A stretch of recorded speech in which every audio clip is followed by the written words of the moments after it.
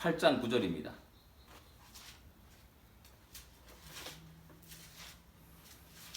로마서 8장 9절입니다. 같이 읽겠습니다. 만일 너희 속에 하나님이 영이 거하시면 너희가 육신에 있지 아니하고 영에 있나니 누구든지 그리스도의 영이 없으면 그리스도의 사람이 아니라. 아멘. 네, 오늘 다섯 번째, 우리는 한 영혼을 소중히 여깁니다 라는 제목입니다. 제일 먼저 우리는 나는 크리스찬입니다. 나의 정체성에 대해서, 우리의 정체성에 대해서 분명히 해야 됩니다. 그 정체성이 분명할 때 내가 내 생에 무엇을 하며 어떤 것에 우선을 두며 살아가는 모든 것들이 정해지게 됩니다. 그 다음에 우리는 형제요 자매입니다 라는 두 번째입니다. 우리는 그리스도 안에서 주의 보혈의 피로 말미암아 새롭게 형성된 공동체입니다. 이것은 어떤 혈육의 공동체보다 더 소중한 것임을 갖다가 성경은 우리에게 이야기하고 있습니다. 세 번째, 우리는 동역자입니다 라는 겁니다. 동역자, 주님의 부르심을 받은 함께 일한 자임을 늘 기억하게 됩니다. 위아래가 없습니다.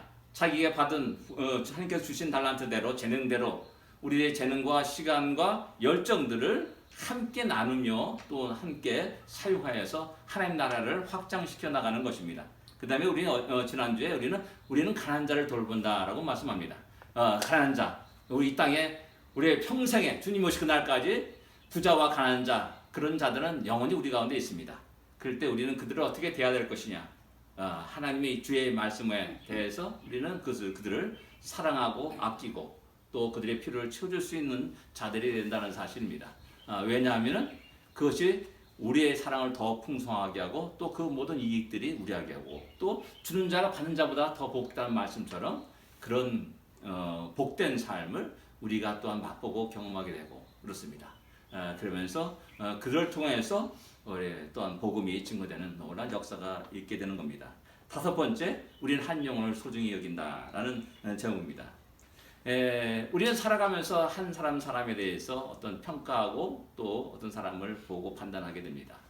그것은 내가 무엇을 가장 중요시 여기냐라는 것과도 같다라고 말할 수가 있습니다.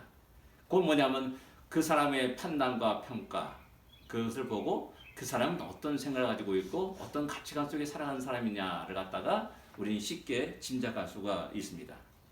그 사람이 살아온 환경과 그 사람이 살아온 역사와 교육들에 따라서 정도의 차이는 있을 수 있습니다. 어떤 사람은 지식의 유무에 따라서 사람을 평가하고 또한 중요시 여기게 됩니다. 그 다음에 어떤 사람은 돈이 많고 적음에 따라서 사람을 평가하고 또 사람의 중요성을 또 차별하고 이기는 것을 보게 됩니다. 어떤 사람은 지위의 고하에 따라서 그렇게 사람을 판단하고 평가하고 중요성을 또한 여기게 되는 것이죠. 옛날에 우리가 우리 잘 알다시피 삼성그룹의 시조입니까 뭡니까? 이병철 회장, 지금 이건희 회장 아버님 이병철 회장, 그 사람은 신입사원 면접할 때 반드시 옆에 관상쟁이를 옆에 앉혀가지고 그 사람이 관상을 보게 했다라고 이렇게 전설 따라 삼천리 같은 이야기가 전해져 내려옵니다.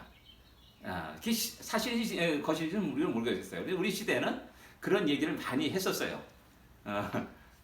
그 사람은 그 외모, 그 사람의 얼굴 형태라든지 그런 걸 통해서 그 사람의 모든 것들을 판단하고 평가하는 그런 것이라 이렇게 말할 수가 있습니다. 근데 문제는 뭐냐면은 이 사람은 이런 외모에 쉽게 흔들리고 또한 외모를 속아 넘어가는 경우가 많다라는 겁니다. 그래서 사무엘상 16장 7절에는 내가 보는 것은 사람 같지 않다. 사람은 외모를 보거니와 나 여호와는 중심을 본다. 이렇게 말씀합니다. 사람은 외모에 쉽게 보고 판단하고 정죄하고 또 하는 경향들이 굉장히 강하다는 사실을 우리가 알 수가 있습니다. 그리고 또 사도 바울은 고린도서 5장 16절에 이렇게 말합니다. 그러므로 우리가 이제부터는 어떤 사람도 육신을 따라 알지 않느냐노라 이렇게 말씀합니다. 그러니까 새롭게 예수 그리스도를 믿고 살아가는 사람으로서는 전에는 외모를 보고 육신을 따라서 돈에 많고 적음 지위의 고하와 또 여러 가지 지식의 많고 적음에 따라 사람을 판단하고 또한 평가했다 한다면은 이제는 예수 믿고 난 이후에 나는 절대 육신을 따라서 사람을 판단하고 평가하고 정죄하지 않는다라고 이렇게 사도 바울은 말하고 있습니다. 그럼 우리는 이 땅의 크리스찬으로서 어떤 관점에서 사람을 보고 있고 무엇을 가장 중요하게 여기며 살아가고 있냐라는 겁니다. 오늘 본문의 9절에 보면 누구든지 그리스도 안에 그리스도의 영이 없으면 그리스도의 사람이 아니라라고 말씀합니다. 누구든지라고 말씀합니다. 어떤 사람이 아무리 많은 지식을 가졌다 할지라도 그리스도의 영이 없으면 그리스도의 사람이 아니라는 말입니다. 구원받지 못했다는 말입니다. 구원받지 못했다는 뭡니까? 천국을 소유한 자가 아니라는 거죠. 하나님의 자녀가 아니라는 겁니다. 겉으로 볼 때는 화려할 수가 있어요. 그의 지식이 풍성함이 많은 사람들에게 유익을 줄 수 있어요. 그러나 그는 결국 이생뿐인 인생을 살아가는 초라한 인생이라는 사실을 우리는 볼 수 있어야 된다는 겁니다. 어떤 사람은 아무리 세상을 호령하는 큰 권력을 가지고 있다 할지라도 대통령이라 할지라도 왕이라 할지라도 황제라 할지라도 그리스도의 영이 없으면은 결국 그는 죽을 수밖에 없는 이 땅의 인생뿐인 그러한 초라한 그런 인생을 살 수밖에 없는 자임을 갖다가 성경은 우리에게 이야기하고 있는 겁니다. 이것뿐이 아니지 않습니까? 수많은 사람들이 있습니다. 수많은 화려한 옷을 입은 사람이 있고 또한 수많은 아름다운 그 외모를 가진 사람도 있습니다. 그러나 그 안에 그리스도의 영이 없으면 다 보잘것없는 그런 초라한 인생이라는 사실을 우리에게 이야기해 주고 있는 겁니다. 과연 우리는 사람을 볼 때 어떻게 보냐라는 겁니다. 사람들은 외모를 중요시 여깁니다. 외모를 중요시고 그렇기 때문에 외모에 꼬박꼬박 속아 넘어가는 그런 말들이 많은 사람이 있음을 우리는 알 수가 있습니다. 수많은 사람들이 돈을 들여서 성형수술합니다. 뜯어고칩니다. 열심히 뜯어고칩니다. 그게 뭐 한두 푼이 아니지 않습니까? 100만 원, 수천만 원 들여서 이렇게 합니다. 근데 우리가 크리스찬 입장에서 볼 때는 참 어리석다라고 이렇게 생각해야 됩니다. 근데 이상하게도 오늘 이 시대가 그런 풍조로 가다 보니까는 너도 나도 크리스찬에 관계없습니다. 너도 나도 이렇게 가서 하기도 하고 또 요즘은 이제 TV 방송으로 이제 그 예배 시장이 중계되니까는 많은 목사님들이 이제 외모에 굉장히 신경을 많이 씁니다. 머리도 다듬고요. 그다음에 화장도 하고요. 그다음에 목소리도 다듬고 이렇게 예배를 드리고 또 설교하는 그런 것들을 이렇게 볼 수가 있습니다. 내용이 아니라 이제 외모에 더 많은 큰 영향을 끼치는 그런 현상들 추세가 있다는 사실입니다. 이런 외모에 우리는 속아 넘어갑니다. 그리고 또 이런 외모에 속아 넘어가서 뿐만 아니라 쉽게 굴복합니다. 괜히 잘생긴 사람 앞에 가면 괜히 내가 주눅이 들고 매기주고 하면서 그런 것도 있고요. 또 지식인 앞에 가면 내가 괜히 입을 열어서 말을 하지 못하는 또 권력자 앞에도 또 역시 마찬가지라는 겁니다. 또 쉽게 비굴해지기도 합니다. 왜? 돈 많은 사람 앞에 괜히 비굴하게 좀 알랑방귀 들고 하고 나첨도 하고 그런 일들이 수없이 일어나는 겁니다. 왜? 우리가 외모를 중요시하기 때문에 인간이 약간 겉모습을 갖다가 보고 판단하고 또한 평가하는 그런 경향이 있기 때문에 그런 일들이 일어나게 되는 겁니다. 그러다 보면 쉽게 우리는 열등감에 빠져서 어둠 속에 이렇게 살아갈 때도 많이 있다는 사실입니다. 괜히 열등감이 있어요. 저 사람 그 앞에 가면 괜히 아무것도 아닌 것 같고 내가 별볼이 없는 사람 인생 같고 난 실패한 인생 같고 이런 생각이 드는 겁니다. 근데 과연 성경이 그걸 그런 말하냐는 겁니다. 성경 우리를 향해서 너는 내 자녀다라고 말하는 겁니다.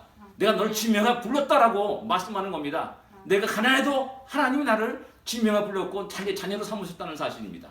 내가 좀 못 배워도 역시 하나님 나를 이렇게 받아들이고 또 귀하게 우리를 여기시고 나를 위해서 예수를 십자가 달려 돌아가시게 했다는 사실을 성경 우리에게 증거하고 있는 겁니다. 근데 우리는 외모를 보기 때문에 외모를 중요시하기 때문에 외모의 그 속과 넘어가서 괜한 열등감, 쓸데없는 열등을 가지고 살아가고 만는 거죠. 그 다음에 또 그 반대로 괜히 좀 약간 잘났으면은 우월감에 빠져가지고 또 어깨 빡 펴고 괜히 교만하게 살아가는 그런 인생도 볼 수가 있습니다.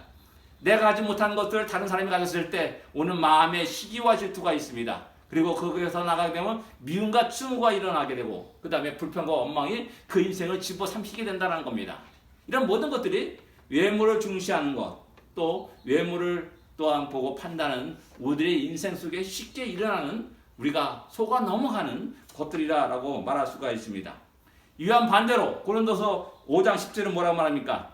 그런즉 누구든지 그리스도 안에 있으면 새로운 피조물이라 이전 것은 지나갔으니 보라 새 것이 되었도다 라고 말합니다.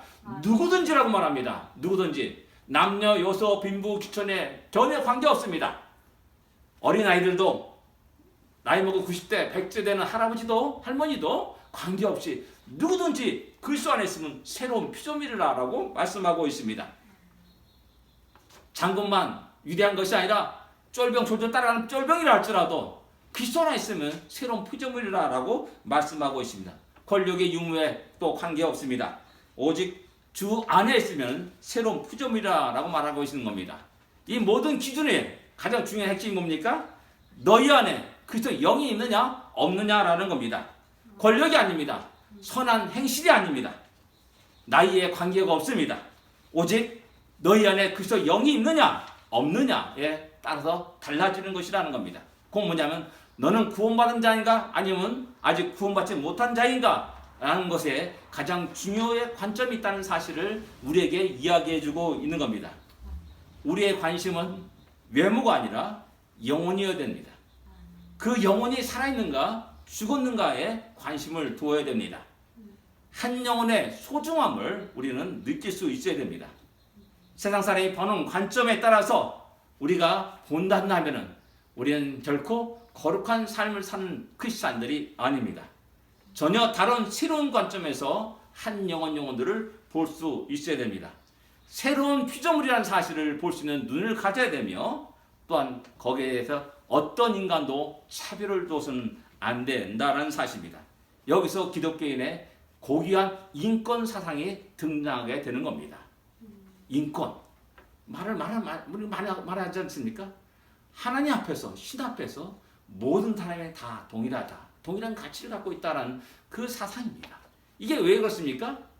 하나님 우리를 넌 죽었느냐 살았느냐라고 판단하지 너 예쁘다, 뭐 추하다, 돈 많다, 돈 적다 그런 기준으로 우리를 보고 있지 않다는 사실 앞에서 우리는 우리에게 소망이 있는 겁니다.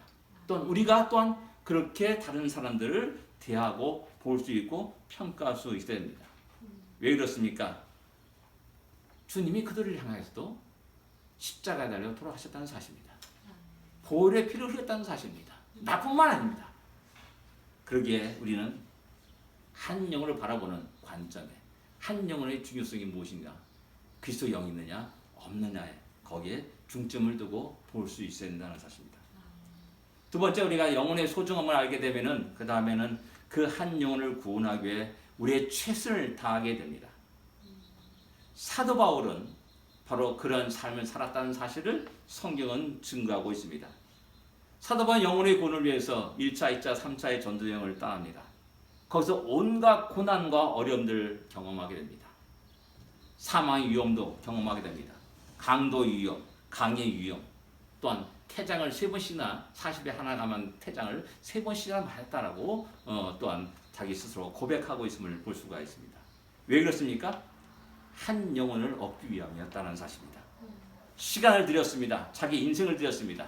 자신의 열정을 들였습니다.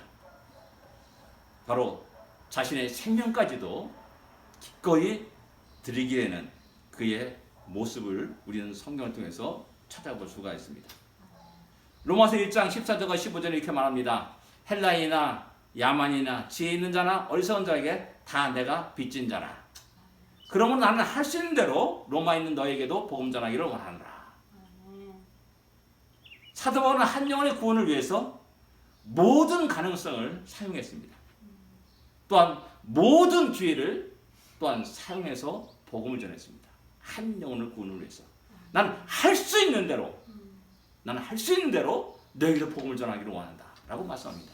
근데 내가 모든 사람에게 빚진 자로도 하는 빚진 자의 심정으로 끝없이 달려가고 그 빚을 갚으려고 애를 썼던 사람이 사도 바울이라고 말할 수가 있습니다. 고린도전서 9장 16절은 또 이렇게 말합니다.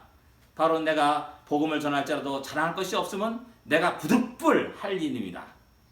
만일 복음을 전하지 아니하면 내가 화가 있을 것이라.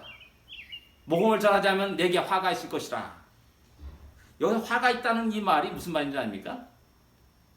여러분들, 예수님이 서기관과 바리새인들을 향하여 말합니다. 훨씬 저 서기관과 바리새인들이여, 훨씬 저 서기관과 바리새인들이여. 바로 그 말이 여기 있는 말입니다. 그건 뭐냐면 내가 훨씬 저라고 자기 자신에게 저주라 퍼붓는 겁니다. 내가 복음을 전하지 않으면은 내가 훨씬 인생이라라고 이렇게 말하고 있는 겁니다. 그만큼 사도 바울은 이 복음에 대해서 철저한 사명의식을 가지고 살아갔다는 사람입니다. 자기 전생에 가장 중요한 것, 가장 실제될 것, 최우선적으로 해야 될 것, 그것은 복음 전하는 것이다. 그 복음 전을 통해서 한 영혼들을 주 앞으로 인도하는 것이다 라는 사실을 끝없이 이야기하고 있는 겁니다. 그래서 나는 내 이 직분, 17절에 나는 이 직분을 맡아노라 라고 이렇게 고백하고 있는 것입니다. 이것뿐만 아닙니다. 사도 바울은 3차 대전을 마치고 예루살렘으로 가다가 가이사라는 곳에 잠깐 머무르게 됩니다. 거기서 아가보라는 사람이, 야, 당신이 예루살렘 올라가면은 허리띠를 꽁꽁 묶고 이렇게 결박된다라고 말하면서 올라가지 마쇼라고 이렇게 권고를 합니다. 그리고 그 말을 듣고 수많은 사람들이 막 울고불고 난리 쳤습니다. 그때 사도 바울이 하는 얘기가 뭡니까? 내가 예루살렘에서 죽을 것을 각오하노라 라고 말합니다. 복음 때문에 죽음도 두려워하지 않고 기꺼이 죽을 각오를 가지고 나가는, 그리고 복음을 전하는, 기회 있는 대로 그들에게 예수를 증거하는 그런 삶을 살았음을 갖다가 이야기하고 있는 겁니다. 또 사도행전 26장 29절에 말합니다. 말이 적으나 많으나 당신뿐만 아니라 오늘 내 말을 듣는 모든 사람도 다 이렇게 될 걸박한 것 외에는 나와 같이 되기를 원하나이다 라고 바울은 아그리빠 왕에게 이야기합니다. 왕에게 이야기하는 겁니다. 지금의 영국 여왕 그런 위치에 있는 사람이 아닙니다. 권력을 가진 사람입니다. 그 사람에게 담대히 말합니다. 나와 같이 되기를 원합니다. 아그리빠 왕이요 라고 말하는 겁니다. 그건 뭐냐면 당신도 예수를 믿고 구원받아야 할 존재입니다 라고 외치는 겁니다. 권력 앞에 외칩니다. 이 말은 또한 그 앞에 있는 로마 총독인 베스토에게도 외치는 말입니다. 베스토여, 너가 로마 총독으로서 큰 권력을 휘두르는 사람이냐? 지식을 갖고 있는 사람이냐? 너도 마찬가지로 구원을 받아야 할 존재인다 라고 외치고 있는 겁니다. 방철에서 있는 모든 사람들도 똑같이 외치는 겁니다. 여러분들이요, 내 말 듣는 모든 사람들이요, 나와 같이 되기를 원합니다. 당신도 동일하게 예수 믿고 하나님의 영광을 찬양하며 또한 하나님께 영광을 돌릴 수 있는 자가 되기를 원합니다 라고 말하고 있는 겁니다. 바로 이것이 바로 사도 바울이 한 영을 얻기 위해서 최선을 다하는 그런 모습인 것이라고 말할 수가 있습니다.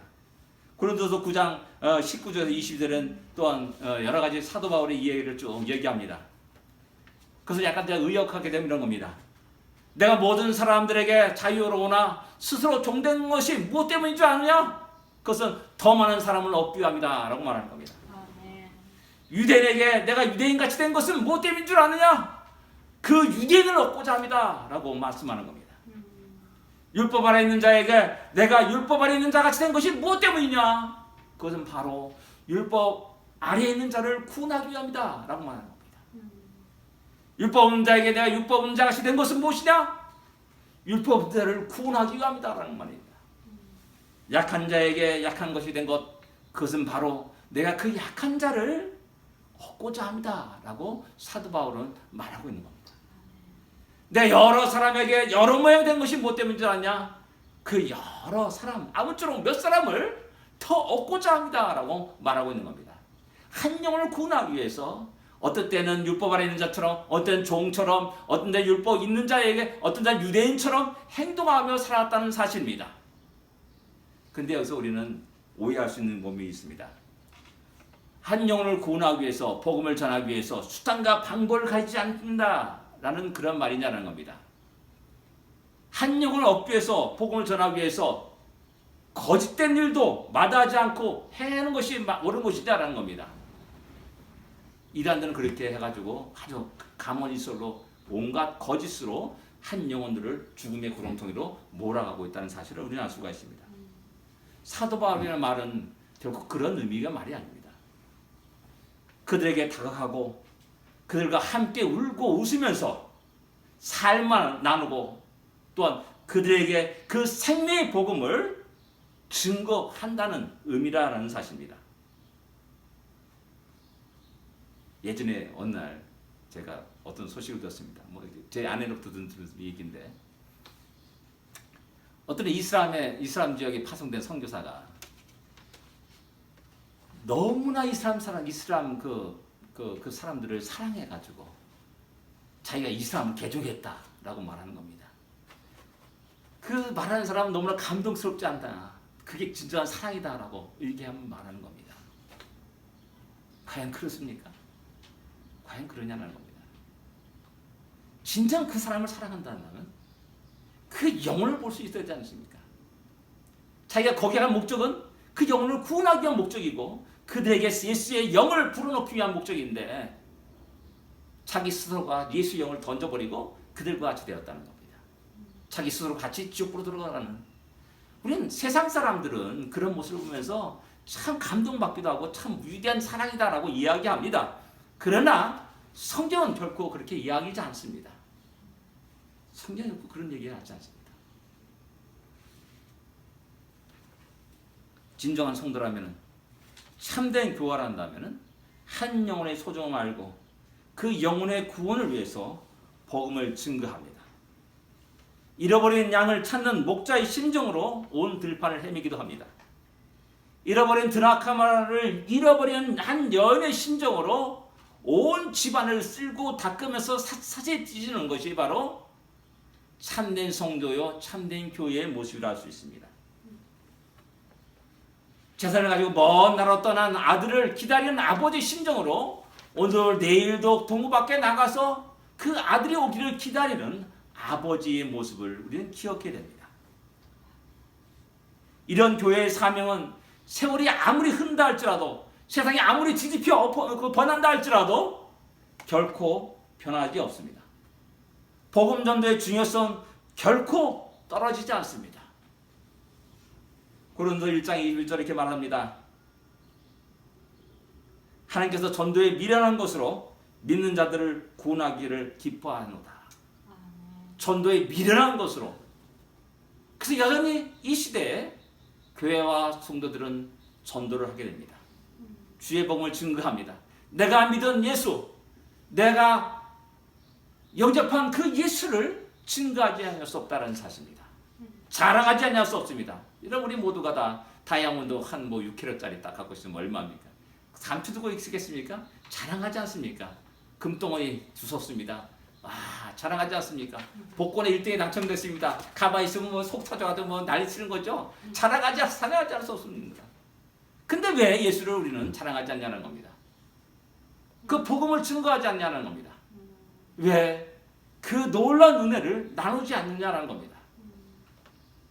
이 사명은, 복음 증거의 사명은, 한 영혼의 구원을 위한 이 사명은 우리 교회가 감당해야 되고 또한 영원히 우리가 감당해야 될 사명임을 우리는 기억해야 됩니다.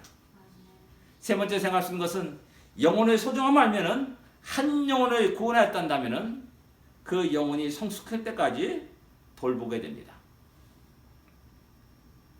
어떤 남녀가 결혼해서 가정을 이뤘습니다. 아기가 탄생했어요. 야 됐다, 우리 임무 다 끝났다 해도 애들이 탁 놓고 다른 데 가서 신나게 놉니까? 그런 부모 어디 있습니까? 태어났으면 그가 자라기까지 먹이고 재우고 입히고 교육하고 또한 모든 위험에서 지키고 보호하는 것이 부모의 책임이라 할 수가 있습니다. 내가 예수를 믿었다, 영접했다라는 그 하는 것을 모든 것이 끝난다면 마치 한 영혼의 탄생 속에 그냥 내동댕이 치는 것과 동일하게 말할 수가 있습니다. 아닙니다. 그가 자라기까지 예수를 믿고 영접하는 그 순간은 탄생한 것이라 말할 수가 있습니다. 자라기까지 그를 돌봐야 될 책임이 먼저 된 자에게 있다는 사실입니다. 교회가 있다는 사실입니다. 그래서 끝없이 그에게 성경을 읽게 하고 가르치고 또 기도하게 하고 또한 예배드리게 하고 함께 성도의 규제를 알게 한다는 사실입니다. 한 영이 성숙할 때까지 많은 지식이 필요함을 우리는 알 수가 있습니다. 하나님이 어떤 분이신가를 알아야 됩니다. 그분에 대한 사랑과 그분에 대한 또한 성품과 그분이 행한 모든 일들, 그분의 지식에 대한 깊고 높고 넓은 그것을 갖다가 갖춰야 됩니다. 그 다음에 또한 사탄의 계기가 있다는 사실을 우리는 직시해야 됩니다. 너무나 교묘합니다. 너무나 교묘한 거짓말로 한 영혼을 파멸의 구렁텅이로 집어 빠뜨리는 것이 사탄의 계기라는 사실을 성경은 우리에게 이야기해 주고 있습니다. 그리스도의 구원에 대해서 우리는 이야기하고 풍성한 은혜가 넘치게 해야 됩니다. 하나님의 구원의 역사를 또한 우리는 알아야 됩니다. 인간 나의 존재가 어떠한 존재인지를 바로 볼 수 있어야 된다는 사실입니다. 천국에 관한 것도 알아야 되고 최후 심판에 대한 것도 우리는 알아야 될 필요가 있습니다. 그냥 그리스도인이 됐다는 것, 내가 예수를 영접했다는 것으로 끝나서는 결코 안 됩니다. 이를 배우기 위해서 배우고 가르쳐야 되고 또한 끝없는 교제, 성도의 교제를 나눠야 된다는 사실입니다. 히브리서 5장 12절 이렇게 말합니다. 때가 오려므로 너희가 마땅히 선생이 되어야 될 터인데, 오래 믿었어요. 마땅히 선생이 되어야 돼요. 이제 가르치는 자가 되어야 돼요. 그런데 여전히 말씀의 처부에 머물러 있고 그냥 가르침을 받고 단단한 음식을 못 먹고 젖이나 먹는 그런 존재로 되었구나라는 것들을 한탄하는 내용이라 할 수가 있습니다. 이를 위해서 우리는 배워야 되고 또한 가르쳐야 됩니다. 사도 바울은 고린도에서 1년 6개월 머물면서 하나님의 말씀을 가르쳤습니다. 그리고 사도 바울은 또 에베소 두란노라고 하는 서원에서 2년 동안 날마다 강론을 했다라고 말합니다. 날마다 강론. 그래서 유대인이나 헬라인이나 다 주의 말씀을 들었다라고 말씀합니다. 또 로마에서도 2년 동안 머무르면서 자기의 오는 모든 자들 다 영접하였고 하나님 나라를 전파했다라고 성경은 우리에게 증거합니다. 사도 바울의 이런 수고와 땀을 통하여서 교회가 든든히 세워지고 교회가 성장했다는 사실입니다. 그 초대교회 모든 성도들은 나가게 되면 복음을 증거했고 가는 곳곳마다 주의 몸된 교회를 세웠음을 역사는 증거하고 있지 않습니까? 그런 자를 통하여서 로마 세계가 복음으로 점령을 당하였다는 사실을 우리에게 말씀하고 있습니다. 그냥 쭉정이만 잔뜩 있는 것이 아니었습니다. 끝없이 가르치고 돌보고 그들에게 하나님 안에서 사는 것이 무엇인지를 끝없이 그들에게 말했고 배우게 했다는 사실입니다. 이런 역사는 우리나라에도 그대로 있었음을 우리의 역사는 증거합니다. 지금의 한국교회가 저절로 자연스럽게 이루어진 것이 결코 아니라는 사실입니다. 어느 누군가의 열정이 있었고 수고가 있었고 땀이 있었고 눈물의 기도가 있었고 피가 있었습니다. 양화진이라는 곳에 가게 되면 수많은 외국인들의 묘지가 있습니다. 태어난 지 얼마 안 아기의 무덤도 있습니다. 그게 뭡니까? 이 땅에 대한민국에 발을 들여 선교에 활동했던 사람들, 그 땅에서 죽은 사람들의 묘지입니다. 그런 사람들이 있었기 때문에 오늘날 한국교회가 있게 되는 겁니다.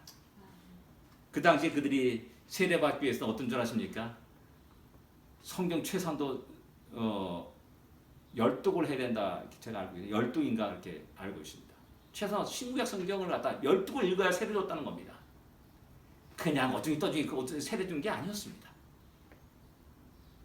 바로 그런 과정들이 있었기 때문에 오늘 한국교회가 든든히 이렇게 놀라운 부흥을 이루었고 한국사에 큰 영향을 끼치는 교회가 되었다는 사실이고 또한 세계 전국 곳곳에 선교사를 파송한 교회가 되었다는 것입니다. 오늘 그 사명은 우리가 또 계속해서 계승해야 됩니다. 한 영혼의 소중함을 깨닫고 그 한 영혼을 위해서 우리의 모든 것을 들여가며 한 영혼을 또한 가르치고 성숙시키기 위해서 돌보는 교회와 성도가 되어야 됩니다. 우리에게 시온장로계라고 이렇게 제가 했습니다. 이 첫 문장을 어떻게 할까 참 고민을 많이 했습니다. 근데 결론은 딱 간단했습니다. 교회가 무엇이냐? 복음을 전하는 것이다. 교회가 무엇이냐? 복음이 살아있어야 된다라는 거. 딱 그거가 이거 외에는 없습니다. 이걸 해놓습니다. 가장 중요한 사명이 이 사명을 깨닫고 우리 모두가 그 사명을 감당할 수 있기를 원합니다. 기도하겠습니다.